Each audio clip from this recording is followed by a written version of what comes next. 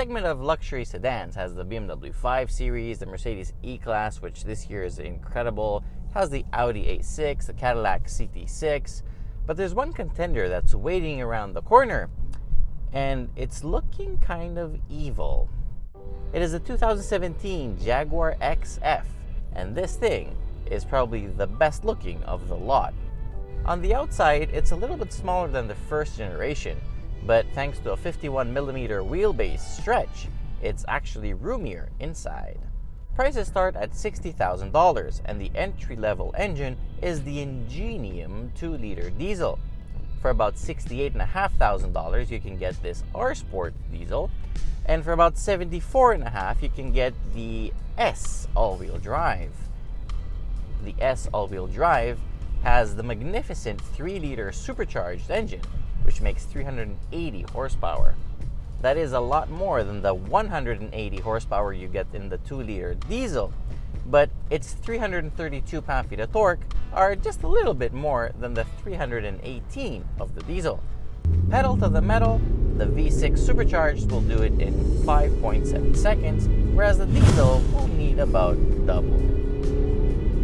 I know Jaguar says 8.4, but trust me, it ain't possible. Equipment-wise, both cars are gonna keep you really happy. They come with all the latest safety gizmos and a lot of toys to keep you occupied. Inside the cabin, it looks nothing like a retirement plan. Fit and finish is above average, and overall the design is quite eye-catchy. The materials used for the dashboard are mostly really good, except some materials down here and up there that make you wonder why they cheaped out. Call me crazy, but this XF has a very sporty attitude on the road. The steering is really tight, the driving position is awesome, and this thing just wants to be hammered night and day. Handling-wise, it won't disappoint. It grips really well, and the all-wheel drive system is very rear-wheel biased, so if you want to have some fun, no problemo. The V6 S all-wheel drive model comes with dynamic dampers. It's pretty much the same as the basic diesel, but you can set it in dynamic mode and then the shocks will firm up even more, giving you a more gratifying drive.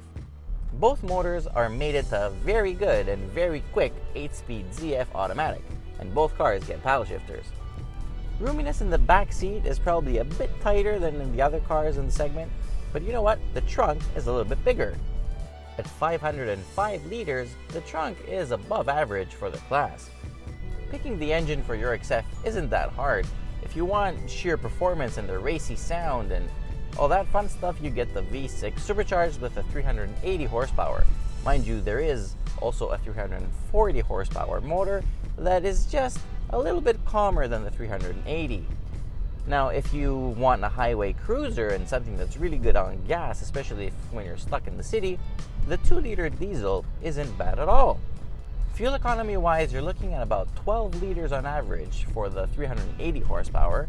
The 340 variant will save you about a liter, and if you get the diesel, you're looking about 8.5.